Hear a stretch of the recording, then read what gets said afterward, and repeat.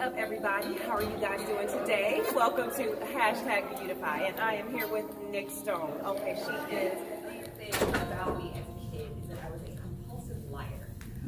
So when you are a reader and a liar as a kid, I really do think that that is a sign that eventually you will wind up being some kind of storyteller, because really that's all storytelling is.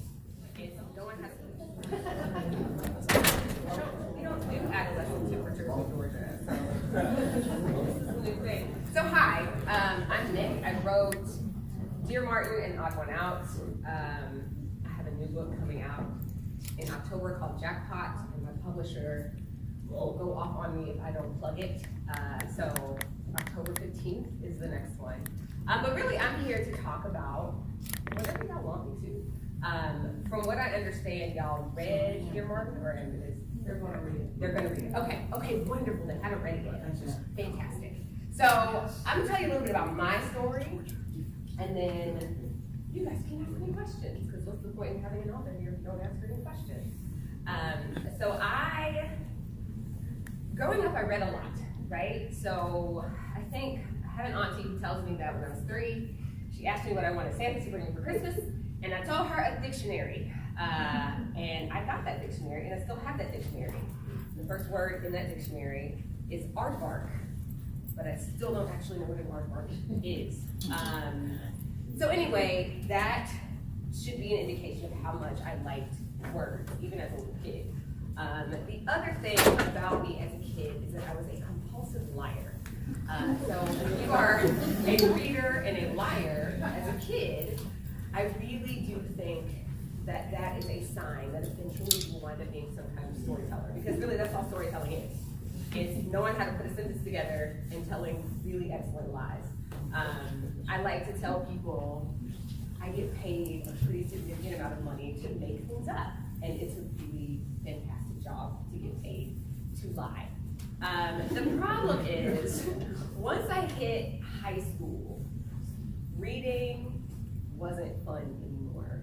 I think up through middle school it was cool because I had all of this stuff that I was interested in that I could read about. My favorite book series as a kid was called Encyclopedia Brown, and it followed this little white boy named Leroy.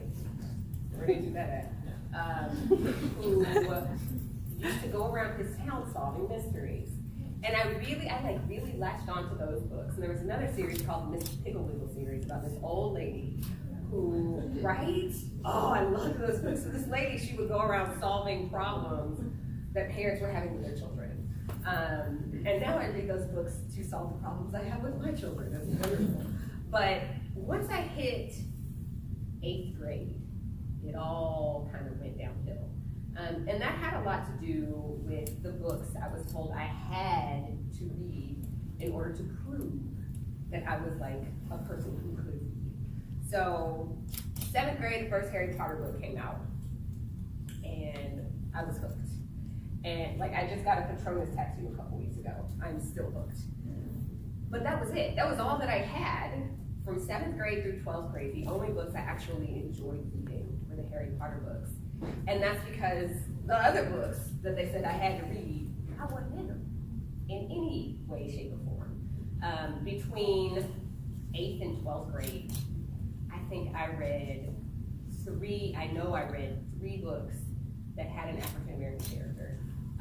All 3 were male, and all 3 didn't really get the best endings.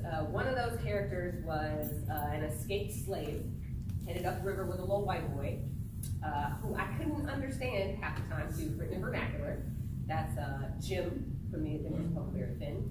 Another character I met was a man falsely accused of this really, really nasty crime, and who suffers a terrible fate because of it, and more or less to teach a lesson to the white readers who were going to pick the book up. That was Tom Robinson from Kill Mockingbird.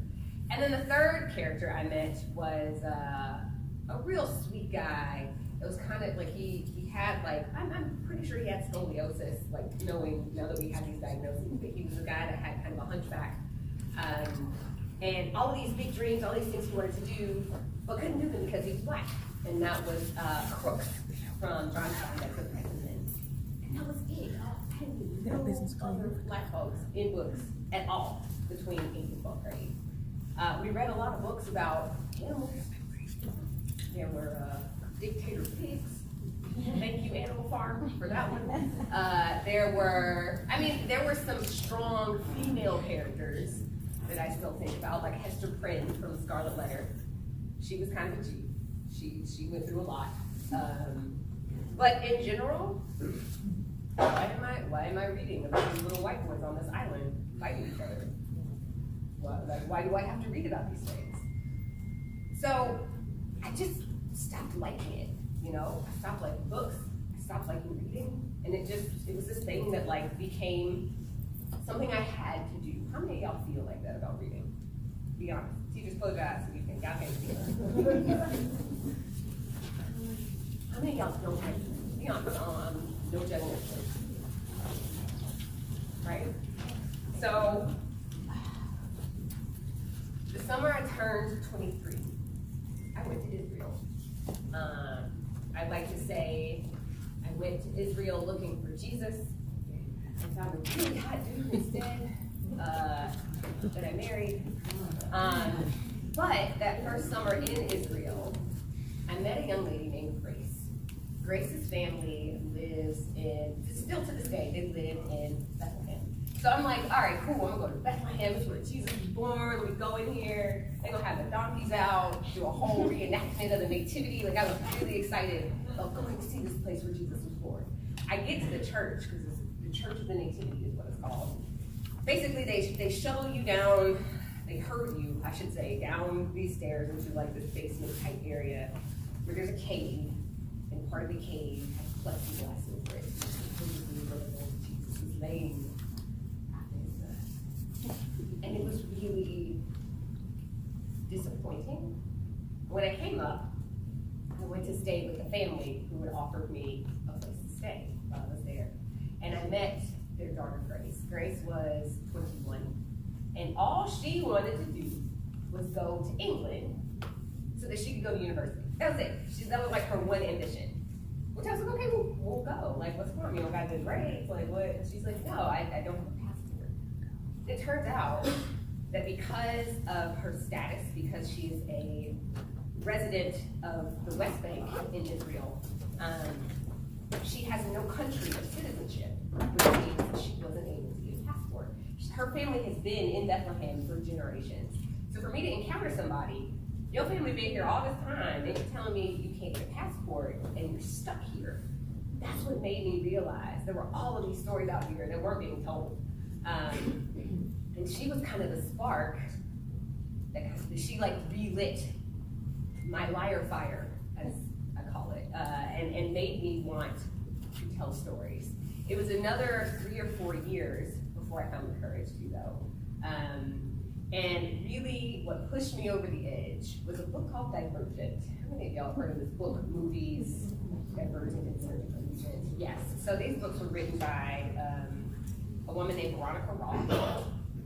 And that series was the first series I ever read where the black character lives all the way through the end. And it was like, oh, black people can actually survive an apocalypse. Perhaps I will. And amnesia, y'all. I was reading all kinds of, there was this dystopia wave that took over the YA space in between 2010 and 2013. And every book I read in this dystopia space, they have no black people in it. So I'm like, okay, so black people clearly, we don't survive when the aliens come. There's a book series called The Fifth Wave. And then the first book of this series, there are no black people in this. And I'm like, so they've been through these 4 waves where half of Earth's population has been wiped out. And I'm like, oh, so clearly all black people got wiped out in one of those first 4 waves. But it's a thing that nobody even notices. Authors, when they're writing these books, they don't even realize at half the time that they are not putting people of color within it. Veronica Roth did realize it, and she wrote the first book I had ever read that had a character that I could actually identify with. That character's name is Christina. She was played by Zoe Kravitz in the movies. And after I read that book, I decided I was going to write one.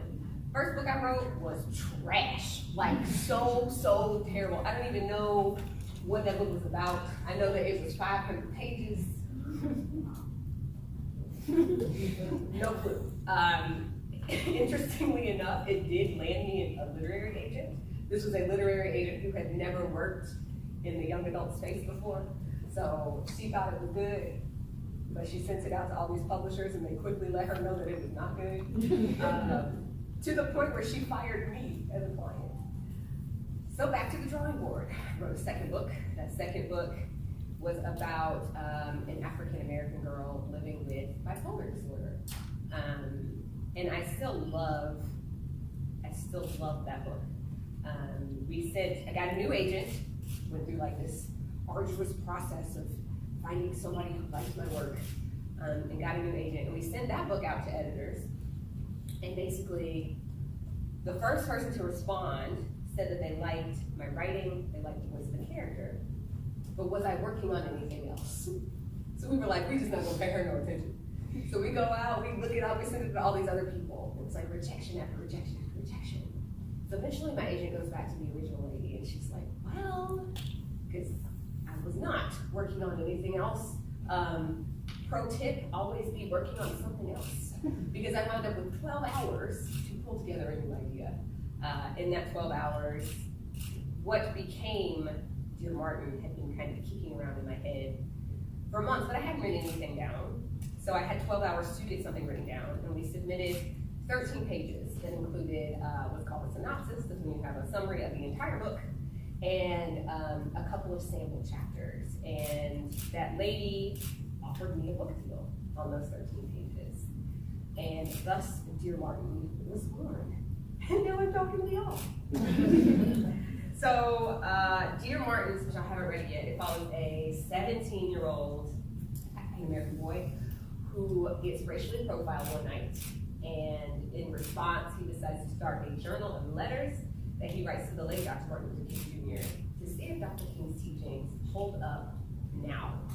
My idea for this book came in, the original spark happened in 2012 in November. I got 2 kids. My older son is 6.5, and my younger son is 2.5.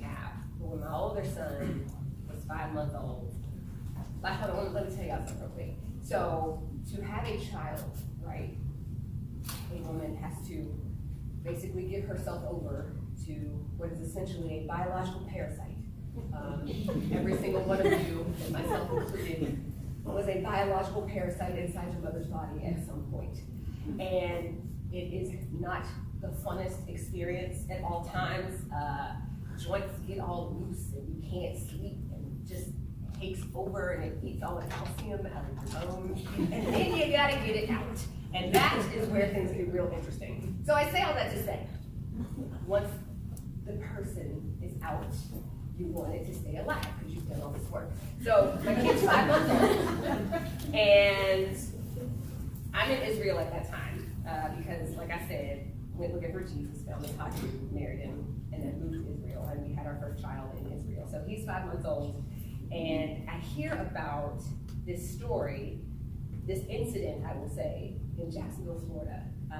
A young man and some friends went to a convenience store one evening to, I guess, get some Doritos. Like, what do you go to a convenience store for when you're in high school? Probably to get like snacks and drinks.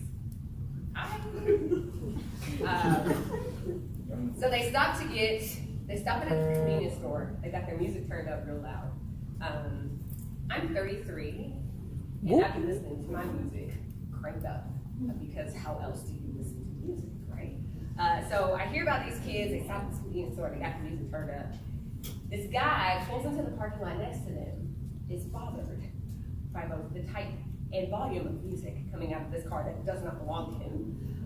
He starts an argument with these boys, and within 3.5 minutes, he had taken his gun out and started shooting. And a young man, Jordan Davis, was killed in this incident. So I'm like over in Israel, and I hear about this story, and I'm like, yo, y'all killing black kids over loud music now? Like, what is that?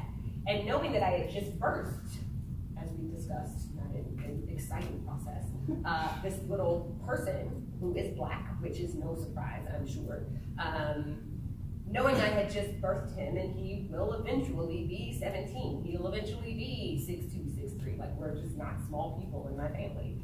He will eventually be the kind of boy that people look at, unfortunately, and see a threat before they see a kid. And that's when I figured I had to do something. I needed to explore it in some way. So that's where the original spark for Dear Martin came.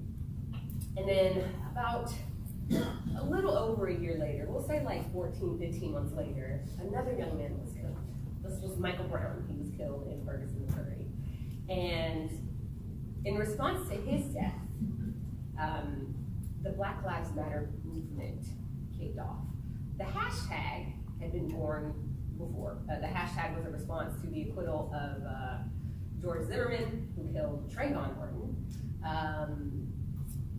But the movement itself started in Ferguson in 2014. Thing is, I kept seeing people quote Dr. King in opposition to the protests and the marches. And I was like, what? The icing on the cake was, there was a day, my own mayor in my city, I'm from Atlanta, which is also Dr. King's city. You can go to Dr. King's birth home. You can tour the place where he grew up. You can tour the church he first pastored at. All of that stuff is right there in Atlanta. So when the mayor of Atlanta got on TV ahead of a march that was planned in the city and said, all I ask is that you don't take the freeways. Dr. King would never take a freeway. I was like, huh? Who Dr. King you talking about? Certainly not the one that's the subject of the movie Selma, where we see him taking freeways. Like, clearly, there's a disconnect here. Those two pieces taken together, the death of Joy Davis and the misappropriation of Dr. King's legacy, his philosophies, his quotes, are what made Dear Martin what it is. I hope that you guys enjoy it when you read it. I hope that you cry, because I cried when I was writing it. So if y'all don't cry, I didn't do it right. So even if you did cry, tell me you did, so I feel good about myself. And yeah, let me know what you think. I am at Nic Stone on Instagram. So what do y'all want to know? You have me here. Use me. Anything, questions about life, questions about books? Yes, ma'am. I thought it was very interesting when you said, oh, hi, my name is Rayshone. And the way you describe, you said you meet the characters. I would like to know a little bit, like a little deeper about how you define each one, because you say you meet them. When I don't say that when I read a book. I'm like, oh yeah, it was this character, that character, mm-hmm. Susie, March, something like that. So could you tell me something about that? So listen, right? I was just talking about this. Authoring and writing is like the only profession where it's okay to hear people talking inside your head all day, right? So I'll go through my day and suddenly somebody's talking to me, and these are people who don't exist. But my job as an author is to make them exist to you in such a way that you feel like they are real. So when I say meet a character, what I am saying in that is that I want these characters to be as real to you as the people sitting to your left and to your right.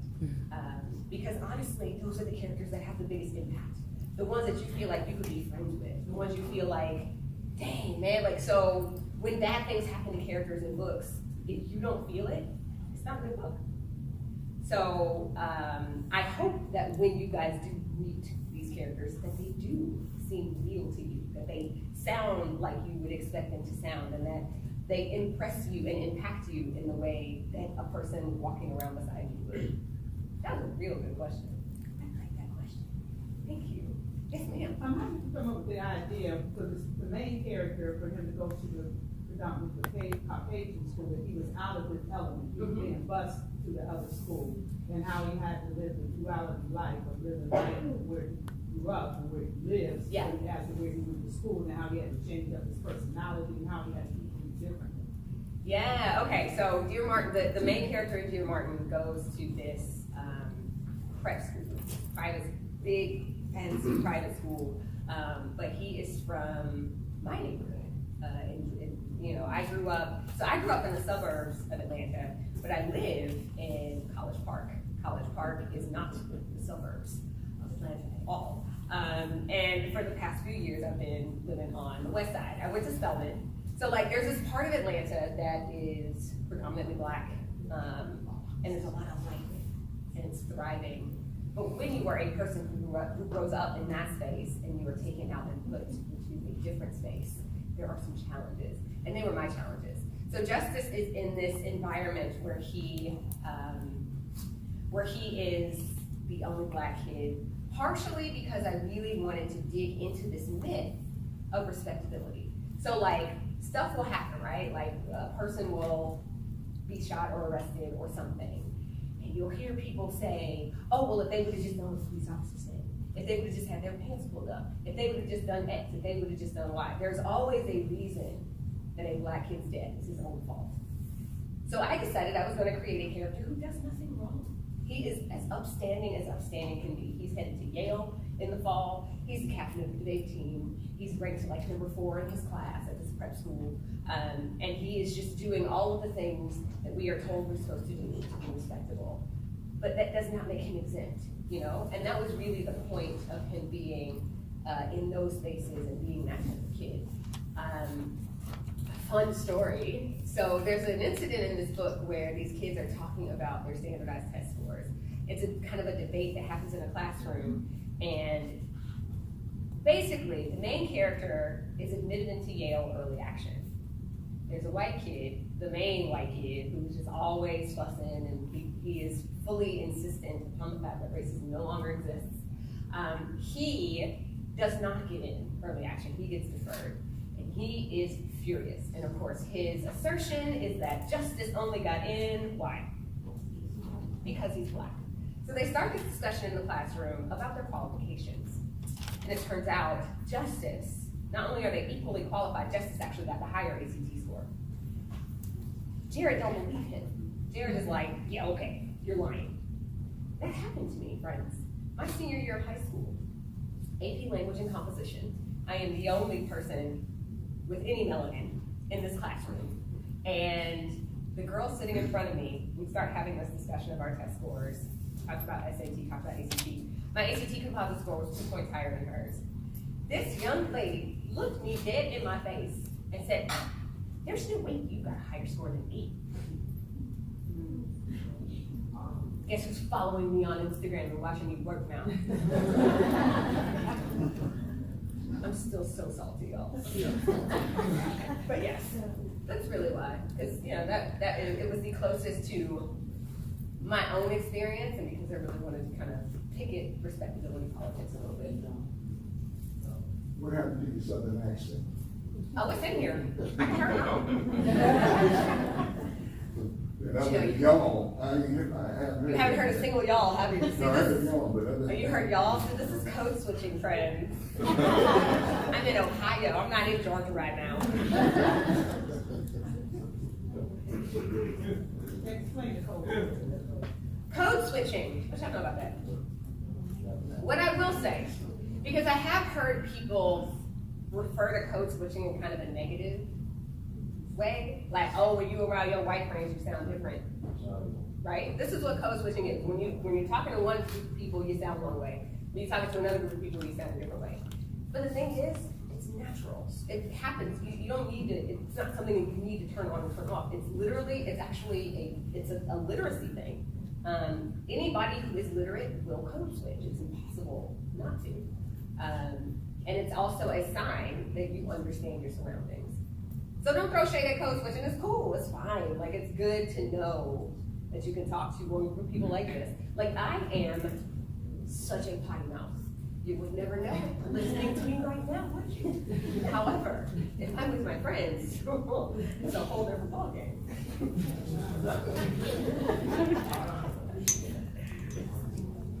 Yes. Hi. Did you have like doubts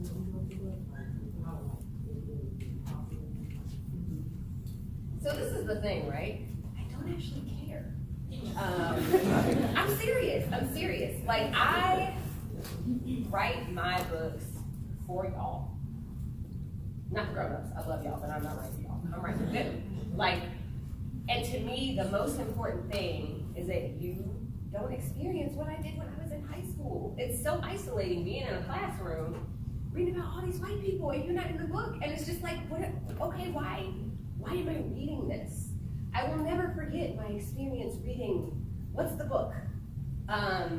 The one with the boys on the island. The name is just on Lord of the Flock. Why? I was so angry the whole time we were reading. I have this very vivid memory. My senior year of high school, or I think it was either junior or senior year of high school. I'm going in the practice gym because like we have a massive high school and there were 2 different gyms. They were having a blood drive. I'm about to go, let them take my blood because I was being generous. And I just was so angry because I had failed a Lord of the Flies quiz. Because that book was, why was I reading it, right? So anyway, I write the books that I do for y'all. And at the end of the day, as long as I feel like I've done my best work, I don't really think about whether or not it'll be popular. Because I think that I don't think I would be able to write if I did, if that makes sense. Frankly, once the book is done, what y'all think about it ain't none of my business. Like, books belong to their readers. Once you have purchased it, it's yours. If you want to throw it in the fireplace, okay, it's yours. You bought it. Where was it?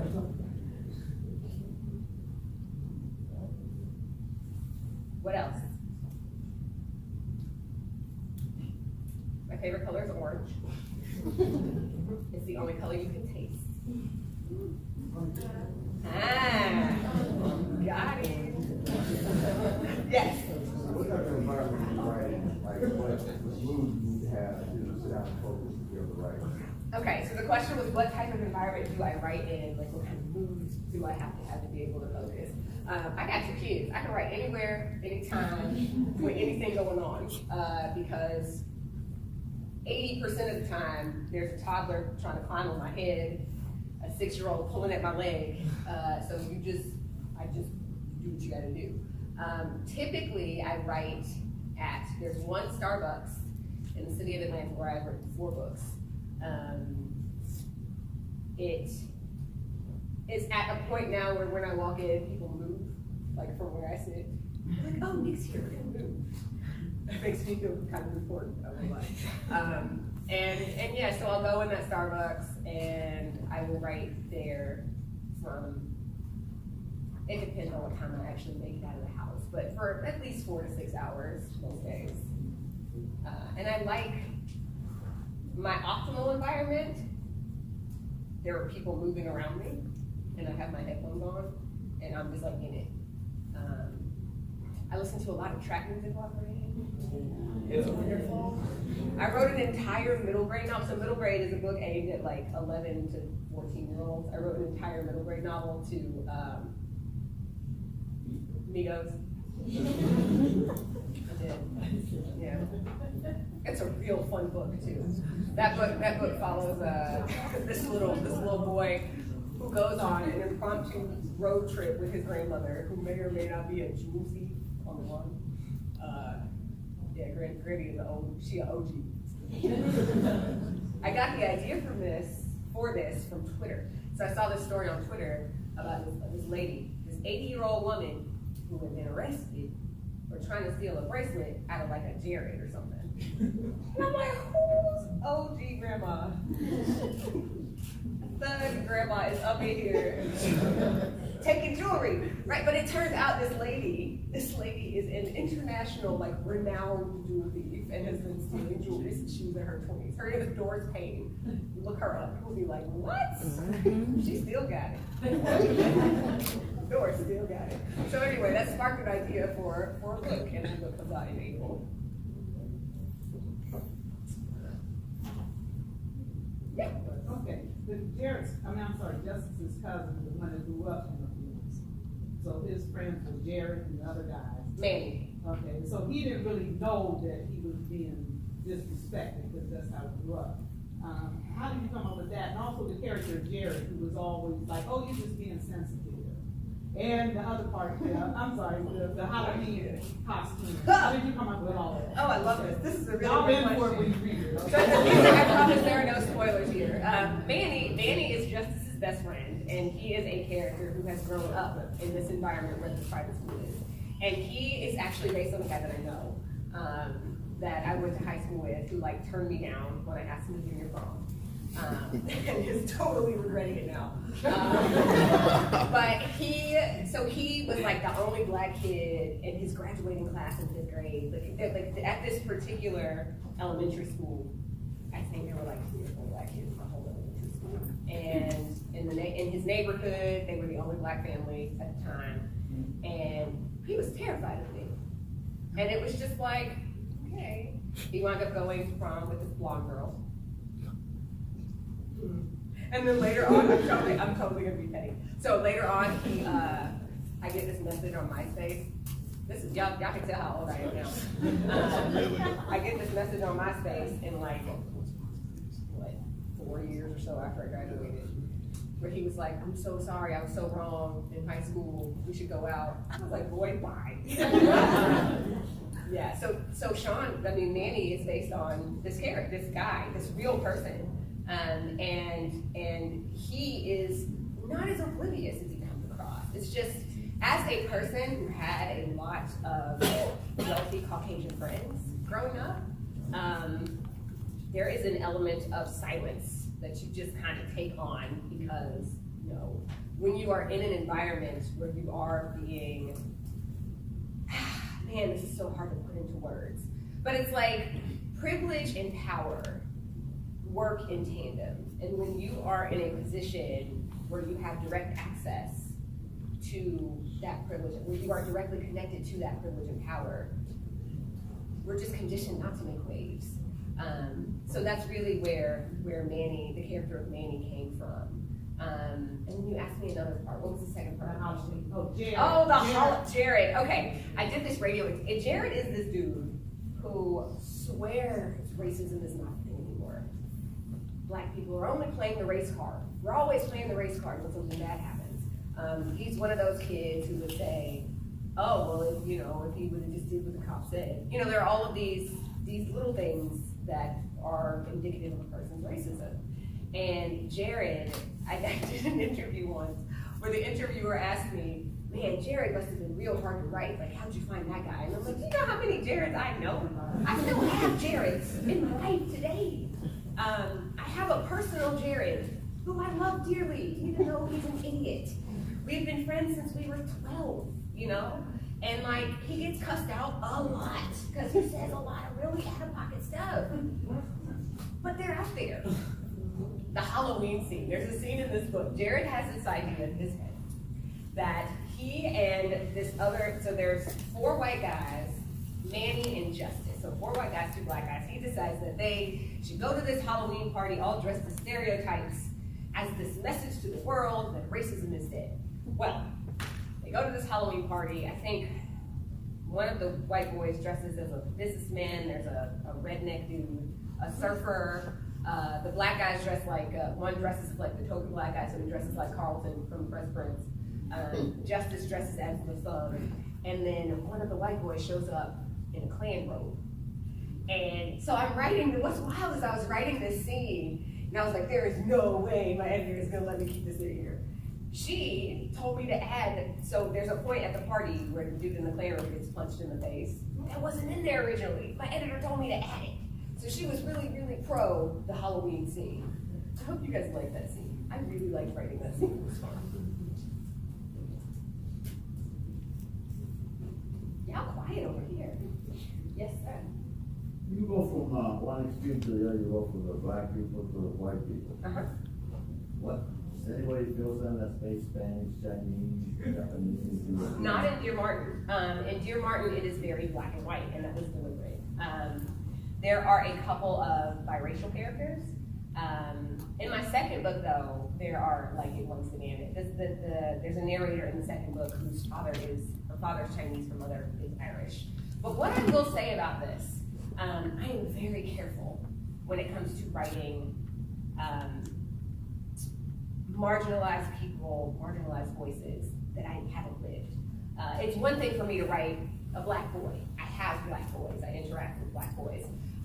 But when it comes to kind of the nuance and the cultural nuances of different people, I don't want to mess that up, you know? I will say that in the second book, there's a Chinese Irish girl. In this book that comes out in October, one of the characters is Spanish speaking, is part Mexican. So when I do it, I try to be very, very careful about it. But what I will say is that if any of you are from a background and you are not seeing yourself in books, let me know, and I will point out books written by people from your background that you can read. Because I think that that's important. I think that it's important that we all have an opportunity to read our stories told by our people. Yes. So everything that you just said, I read both of your books, and there's no black female central characters that are unambiguously black. Like, where are they? I mean, I'm just writing myself. So in the third book, it's a little bit of the same. I think when it comes to, in Dear Martin originally, Justice had a sister. This is my one regret with Dear Martin. Y'all real special, because I'll be talking about this. Dear Martin originally was double the length. It had 8 points of view. It bounced around in time, and the main character died on page 3. Yeah, my editor was like, wait, no, you can't do that. But in that version of the book, Justice had a little sister. When we were making the changes to the book, I wound up taking her out without even noticing, which I think says a lot. It says a lot to me about what my expectations were when it came to seeing myself in books. In Odd One Out, there is a black girl who has a Cuban father. But I think that when it comes to blackness in books, especially when it comes to black femaleness in books, there's such a wide spectrum. And I think that it is important to represent as many elements of that spectrum as possible in each book. So like every book has a different type, if you will, of black girl. In the third one, the main character is a black girl. She's a black girl on the cover. She is, but just like mine, her background is like all over the place. Because I think that that's something that's important to touch on, you know? Like I think it's important that we look at heritage, look at ethnicity. You can be black in appearance, but what does that actually mean? What does it mean when you look a certain way, but you got all this other stuff going on? Does that other stuff matter? You know, so these are things that I'm constantly, you know, interacting with and dialoguing with myself, and honestly, I still don't have answers. Yeah.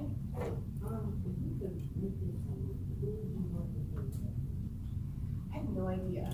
And I have no idea because I deliberately don't think about it very much. What I can say, it will not be a movie. But that doesn't mean that it won't be something. You guys are smart.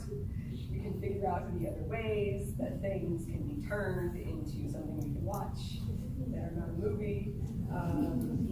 We'll see what happens with it, is all I can say about that.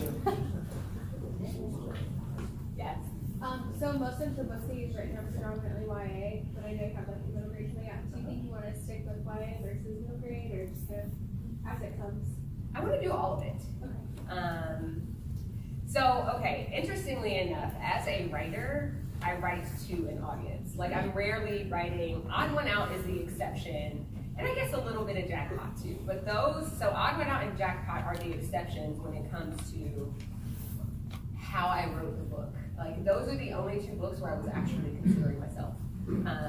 With Dear Martin, the sequel to Dear Martin comes out next year, and that one follows Quan from Dear Martin, and you getting his side of the story and like what was going on with him, kind of while Dear Martin was going on, and that was called Dear Justice because Quan is writing letters to Justice, and but with that I'm writing for my sons. Like I'm writing these books aimed at my sons that have experiences that they may or may not kind of step into. But yeah, with Odd One Out, that was really the main exception to my I'm writing to an audience rule, because I think that for me, it's important to write the stuff that I didn't see growing up, and I want to do it all. Like, I haven't nailed a picture book yet, and I'm determined because I do have kids who read those, and I definitely want to do some adult stuff too. But I also want to write like TV shows and movies, and let's just write it all. Storytelling has various forms. So, just say about the boyfriend of you? More or less, yeah. I mean, pretty much. He pretty much is a boy version of me, of high school me, I should say. The one thing, if y'all have met me now, when you read Justice, he's not outspoken. He is not a person who makes waves in the classroom, typically. He is a young man who has bought into the lie that if he does everything right, people will leave him alone. And it is very clear on the page that that is the position that he takes at the beginning of the story. So as it progresses and you see his perspectives shift and his mind change a little bit, you'll see him stepping into more of the person that you're doing today. Hello. Yeah. Now I will say, with Dear Martin, with Dear Justice, with literally every book I write, I do a lot of interviews.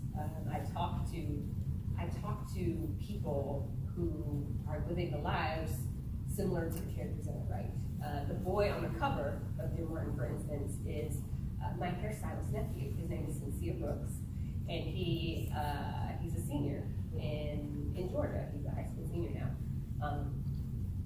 I talked to him, I talked to him about, we had a really interesting conversation about racial profiling, and like, if he's afraid, he's gonna get stopped by the police. And he was like, no, I'm prepared. And hearing him at 15, he was 15 when we had this conversation, and hearing him say that, like, no, I mean, it's absolutely going to happen at some point, so I have prepared myself for it.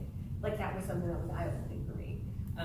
In Odd One Out, talking to people who, one of my good friends when I was growing up, Alex is her name, and her father is Chinese, her mother is Irish, which is why I was okay writing that character.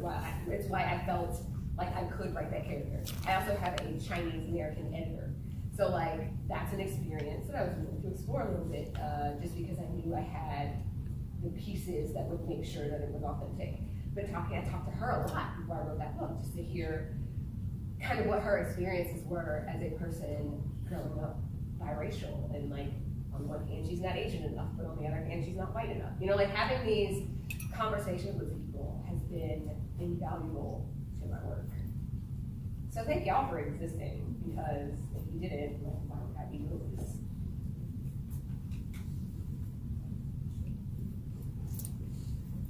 Kind of asking his relationship with this crazy girl, okay, and also his reluctance to date the white girl that he was mothering like that.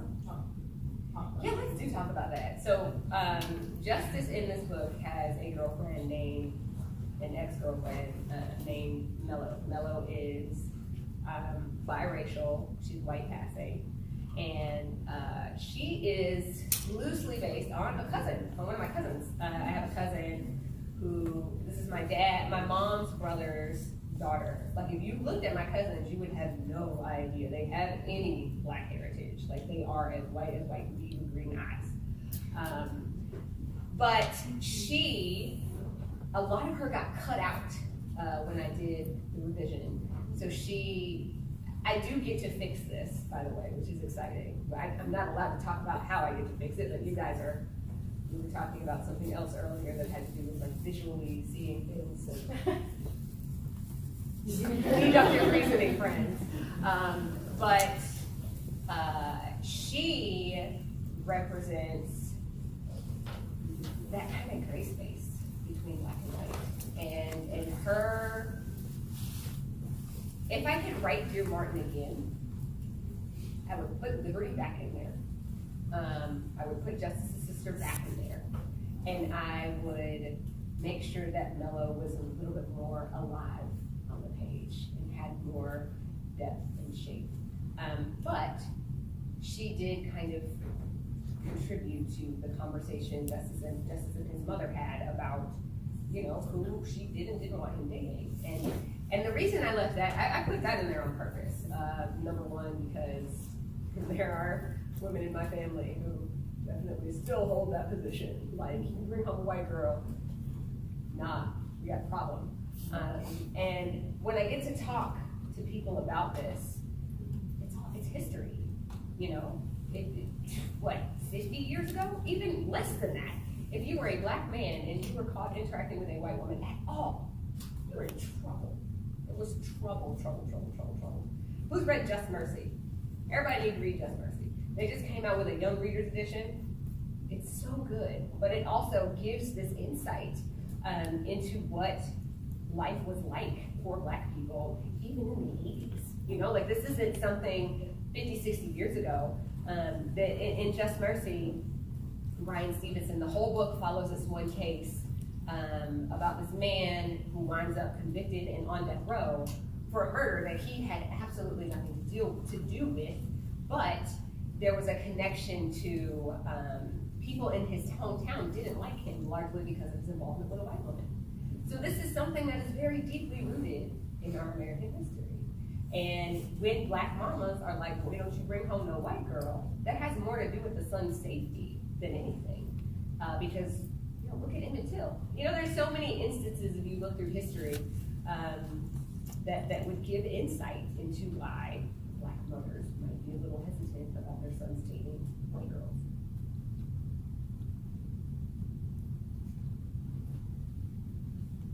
What y'all want to know?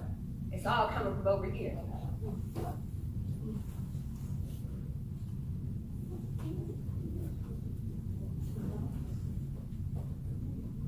Nothing? Yes. When you were talking about how you see yourself and like being a character, would you ever write like a book about yourself? That would be so boring. I don't know that I could write a book about myself because I don't know how to get the distance I would need for it to not be Too revealing? No. Like, it'd just be too, like, I'm too close to myself and too bent on, like, protecting my secrets and, like, things like that. Like, maybe I'll write something to be published after I die when nobody can say nothing. But yeah, there's a little bit of me in most of the characters I write. But I don't know, maybe eventually. I need to find like a moment in life so that I can write a memoir about it or something. Maybe I should write a memoir about how I took all the black girls out of Dear Martin. I'm serious, like that is something that could use a bit of exploration. Thanks for the idea. Yeah. Do you have any advice for people who might want to go into journalism or become an author? Yeah, I do. I got a lot of advice. Anybody who wants to write for a living, where are y'all at? Don't be scared. Be proud. Okay, good. The number one piece of advice I give to people who want to write for a living or do any kind of creating for a living, music, art, whatever it is, you gotta get okay with rejection because there is gonna be a whole lot of it. With creativity-based careers, you have to believe in yourself and your work to the point where it's almost ridiculous. I had that first agent, she fired me. I think I racked up close to 30 rejections when trying to find a new agent, and that's low. I have a friend who has a roll. She literally printed out every rejection, got them all laminated, and she has this roll that she will roll out when she goes to places. And it's over 100, you know. My writing mentor once said to me, publishing is designed to weed out those without fortitude. So, like, you gotta have juice that you can keep feeding yourself. So that's the first thing. The second thing is write. I know a lot of aspiring writers who don't actually write, largely because of things like perfectionism. Who of you have experienced writer's block? Lies. I don't think there's a such thing, to be totally honest. I think that writer's block is either a sign that you need to outline, so you need to like figure your story out before you try to sit down and write it, or that you're dealing with some perfectionism. Because most of the time I'm interacting with people who say they have writer's block, they're trying to get it right. And I'm like, there really is no getting it right. You know, it's like, every first draft is terrible. It shouldn't be. First drafts are designed to be awful. The whole point in the first draft is to get the clay on the wheel. So clay don't look good when it's at first on the wheel. Then you gotta revise and shape it and make it into this nice pot. But be okay with it not being perfect, because honestly, perfect doesn't actually exist. So get okay with rejection. Don't seek perfection. And the third thing is read a lot. As much as you can. If you want to be a journalist, a lot of journalism things. Time Magazine does these, it's like every month there's a new thing that they're exploring in like this extended version. I pretty much buy every single one just because I find them fascinating. You know, like it's interesting seeing, as a person who writes, who uses words to tell lies, it's fascinating reading words that are about exposing truth, right? So read as much as you can, write, and be okay with being like, at first. Yeah. So like, what do you think about this like, what do you feel like? Oh yeah, absolutely. This is a fun story. I got invited to a private school in Georgia. The reason I got invited to this private school is because the principal is a black man, but this school is really white and very conservative. And he brought me in to talk about Dear Martin, which, wow, that was fascinating. But I got to talk about the Black Lives Matter movement, and I got to talk about the parallels in the civil rights movement, and I got to talk about how, you know, with these movements, the whole point is to stir up stuff. Ta-Nehisi Coates is this brilliant genius man who most of his work has to do with like social commentary. And I saw him once in Philadelphia, and he said this thing that will stick with me forever. He said, activism is about agitation. And I was like, that is brilliant. That's what it's about. Like, it's about making people aware of problems. And you can't do that without like creating a little fuss. So yes, I'm very pro Black Lives Matter. I am very pro any movement that is about equity and is about people being treated equally.